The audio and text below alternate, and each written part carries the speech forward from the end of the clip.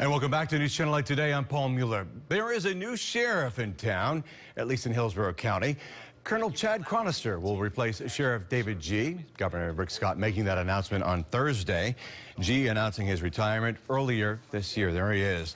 And now, Chronister joined the sheriff's office back in 1992, and since then he has worked his way up the ranks from patrol to narcotics to his latest position as colonel, heading up the Community Outreach Division. And joining us live here in the studio this morning exclusively for our one-on-one is Sheriff Chad Chronister. Hey, good to have you here. Good morning. It's good to see you here in the studio, not out on the streets. Appreciate you coming in on Labor Day weekend. Absolutely. So, thanks for having me, Paul. Yeah, of course. So I have to ask, what does it feel like to be called Sheriff Chad Chronister? Surreal. Humbling. What a tremendous honor. When the governor called me last Wednesday night and told me we were going to announce it, and I was the one that he selected, you can obviously understand I didn't sleep a wink. Yeah. Now let's go ahead and talk about your predecessor, Sheriff David Gee. He was at the agency since 2004. You know, those are really some big shoes to fill. To the surprise of many, he announced his retirement, as we said earlier this year.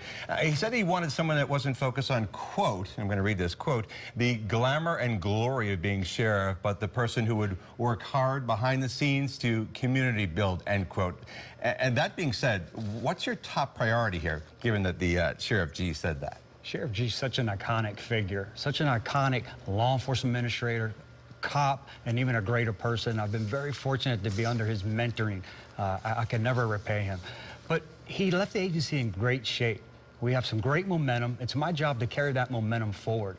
Use that momentum for crime reduction, crime prevention, with a heavy concentration on community outreach. So if he left it with such momentum, I mean, that has to be a big task for you. Are you really prepared to do that? I am, Paul. Not only prepared, excited. I have 4,000 employees who are just as excited and can't wait to carry on as we forge forward. A little bit more of respect too, you know, that you've been, as we said, you've worked your way up the ranks.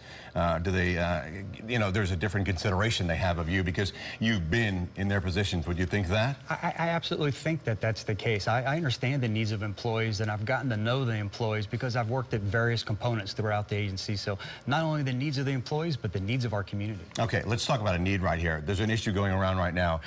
We spoke with Sheriff Bob Gualtieri of Pinellas County, also Sheriff Al Nienhuis of Hernando County. The rash of gun store burglaries. Who can forget the video of the truck smashing into the Tampa Arms supply store? There it is right there. Look at that.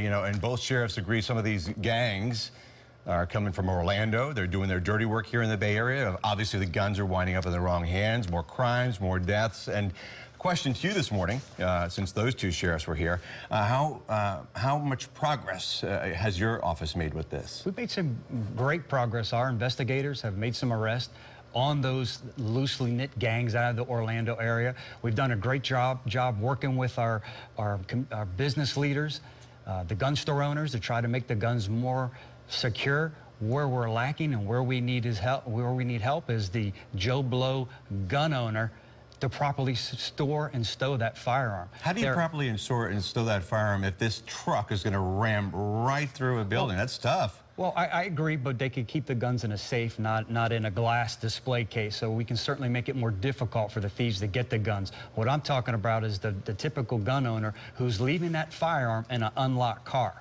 And it becomes almost a crime of opportunity when those juveniles are going through car hopping, checking car doors to see which one's unsecure. Let's make it more difficult. Yeah, there was a story out of Pasco County this morning where the trio of kids went from car to car to car, and they took a gun right out of that unlocked car. So we know what you're talking about. And simply prevented just by locking your door, because if it's more difficult, they're going on to the next car. Okay, let's move on now to another big issue here, and especially in the Bay Area, nationwide as well, and that's the opioid crisis.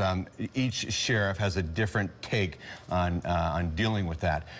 When it comes down to you, rehabilitation versus prison, where do you stand? I think it's going to take a multi-pronged approach.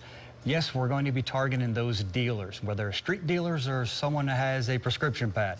We obviously will step up our enforcement, continue our enforcement on that perspective. But Governor Scott's done a great job of declaring a state of emergency, which has freed up some funds for education and treatment. And we certainly will continue working and are working with our local leaders to be a part of that and help that. I think it's just as important. This certainly isn't a program or a problem we're going to arrest our way out of. Okay, and you know, there's another headline besides what's coming out of North Korea this morning with the bomb there, but we're also the headline of DACA. We're expecting a decision from the president on whether to end the program, which actually protects the children of immigrants who came here illegally. There is a large immigrant population, as you know, here in Hillsborough County. So, from a purely law enforcement standpoint, how would you handle this if the program ends? Our agency has always been on the leading edge of helping immigrants. Our community outreach division spends an enormous amount of time getting them the help that's available to them, helping them with their paperwork. It's hard to answer a hypothetical. If that decision comes, we'll have to sit down, meet with our federal partners and see what course of action we need to take here in Hillsborough County. But nothing definitive right now, even though the president is promising something by Tuesday. Nothing. We've heard absolutely nothing. Okay. How it's going to affect us on the local level. Okay, so you're appointed sheriff now. I think there's a special election in 2018, am I right? Yes, sir. All right, so will you be running? Absolutely. That's the easiest question you've answered me today. Asked me today. Yes, I will be running. And do you expect to win this race? Do you expect some healthy competition, even though you've been at the agency since 1992? Do you think anyone's going to stand up against you? Absolutely. There's no doubt there'll be some competition, and I welcome it. All right. Sheriff Chad Chronister, we appreciate you being here live in the studio this morning. Thank you so much. Thank you, Paul. Thanks for having me.